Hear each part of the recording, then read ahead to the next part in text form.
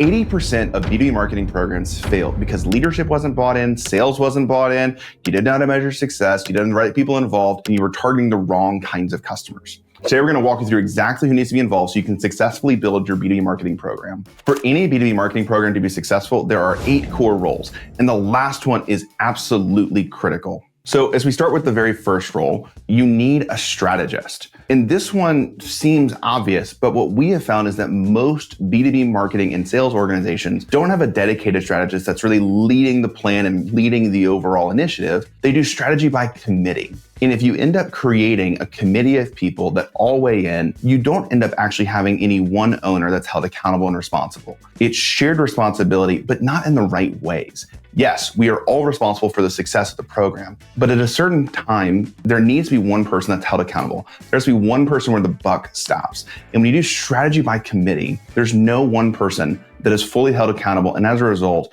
you end up getting a complete lack of buy-in and drive because everyone kind of got what they wanted and nobody really nailed the strategy in the first place. The next one is going to be specifically sales buy-in. And I know this is going to be controversial because some teams think that the goal of marketing is to serve sales. And others say marketing should be able to do whatever it wants. I know this is controversial, but my perspective is marketing should be able to do whatever it wants so long as the sales pipeline is full. So when you think about building out your marketing program, if the pipeline is filled, then of course, marketing should be thinking about long-term brand building. But if the pipeline is low, we've got to think shorter term to make sure that we build the pipeline so that sales can close the opportunities. So we've got the cash flow to actually see that big, beautiful brand come to fruition. So as you think about building out your B2B program and making sure it's actually successful, make sure you've got sales buy-in on the front end. So as we think through the next role that's critical, as you scale up the organization, inevitably what starts to happen is that you get individual contributors that own a specific channel. So think of someone that owns Google search or LinkedIn ads or email marketing or SEO. These individual contributors are measured on the success of their individual channel. So as you go to build out a larger integrated marketing and sales program, you're going to need them to help you with their channels. But they're actually measured separately from your larger strategy. So what you want to do is you want to understand what are they currently doing, what are their initiatives, what are their goals, and how does your larger strategy play into making sure that they also look successful by helping your program succeed. So as you think about your overall program and your overall strategy, if you're a large enough organization where you have individual channel managers, you've got to get their buy-in. This is less of a concern on the measurement front if you're a smaller organization, but at the end of the day, this is one of those other things where if you've got a small team that's doing a lot of different stuff, you may build out a strategy, but without clear ownership, it's not clear who's actually going to go execute in that channel. So even though you may not have the formal title of channel manager, you may own and be responsible for channel execution. So again, if you're a large org, make sure you get buy-in from each individual channel manager for the channels you need to use. If you're in a smaller org, make sure you actually get someone that's bought into actually seeing the execution of the strategy to fruition in those channels. The next person that's absolutely critical is content. So as we talk about channels, those are just simply distribution. That's how we get in front of people. But what's equally as important, if arguably not more important, is where we're sending them. This is where content is incredibly important. So as you think about where we actually want to drive people to, you may need to create new content assets that are specific to this audience. So if you don't get content bought in to where they add it into their content calendar, I've actually seen entire programs get delayed by 3 to 6 months simply because the content team could not get it into their capacity to execute. So as you think about making sure this program actually gets off the ground and off the ground quickly, you've got to make sure you've got the right content resources internally or externally so that this can be prioritized and executed quickly. The next role that's critical is going to be the design team. So as you think about what we've just outlined, so far you've got a great strategy that kind of brings it all together. You've got channel managers that are making sure it gets out into the world. You've got great content that's written to engage the audience. But now we've got to have design, make sure it actually looks good. So if you do all the perfect channel execution and all the perfect content, but it never actually made it to the website. We didn't get the ads designed. We didn't actually create something that was visually engaging and appealing. Your program will likely get largely ignored by your audience. So again, in the same vein as content getting delayed, design is in the exact same boat. If you do not have the capacity or the ability to get the designs knocked out, I know some people are still using Canva and that's great, but like I use Canva and I'm not that great of a designer. Good content that is matched with bad design gets ignored. So we want to make sure we've got great content and great design so you can truly engage the audience effectively. So as we move on to the next role, it's really going to come down to specifically revenue operations. So revenue operations, it's a fancy term that just means it's the operations team that works between marketing, sales, and customer success and is intentionally not just one department focused, but is focused on how we drive revenue as a business.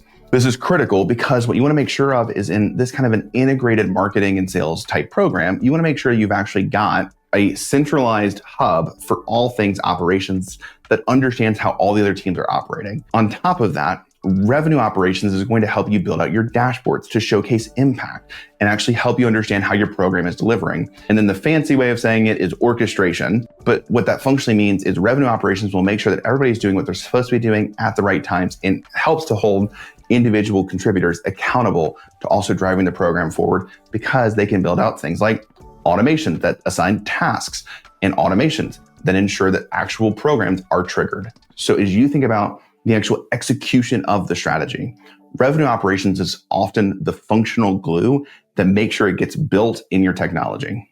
One role you're probably surprised we haven't referenced yet is the executive sponsor. So as you're building out this kind of a program, this is going to be something that is a large company initiative. As we're getting both marketing and sales all bought in on our program together to drive specific revenue and impact, typically, CEO wants to know what's going on. CRO wants to know what's going on. CFO wants to know what's going on. So what you need is someone at the executive level that can report up and can work across the different teams to make sure that we've got the support that we need to continue to drive this program forward. If you lose executive sponsorship or you lose executive engagement, this is typically where programs get cut because they get hit with the questions of like, well, where's the ROI? Why have we not seen a return yet? And again, sometimes these things take time to build. So with executive sponsorship, you actually get the runway to see the kinds of programs come to fruition that will make a massive impact on the brand. The last role that is absolutely crucial, and it's probably going to surprise you, is actually project management. Most organizations that have a marketing integrated program don't have a dedicated project manager. And as a result, there's not really any one person that feels responsible for really driving the programs forward. But again, as I just outlined, 7 other roles. And then some of those roles have multiple people within them. Like there's a lot of people to coordinate. So if you don't have a dedicated person that owns actual project management and sets deadlines for when things get done and actually holds people accountable to those deadlines, what ends up happening is these things just continue to slip over and over and over and over again because other priorities come up. And again, when we're engaging with so many people, what often happens is our program is important, but is not urgent. And as a result, people prioritize urgent over important because urgent feels important. And at the end of the day, if you only work on urgent things and you never actually move to just important things, you consistently stay on a hamster wheel where you're constantly just fighting fires. The goal here is to help the business move forward and get out of that constant hamster wheel of just the next sale and the next lead. And that's what these programs can do. So with great project management, you ensure that yes, things that need to get done today get done. And also we can prioritize things that help us drive towards a better future, which is why project management is actually one of the most crucial roles for successfully building out a B2B marketing program. So as I just walked through all of this, you might be thinking, there's not even 8 people that are in our marketing and sales department. We've only got a team of 2 sellers and a marketer. And what I want to be super clear on is these are not necessarily full-time employees. These are roles. So someone can sit in multiple roles. I have often sat in content strategy and project management all at the same time to drive a program forward.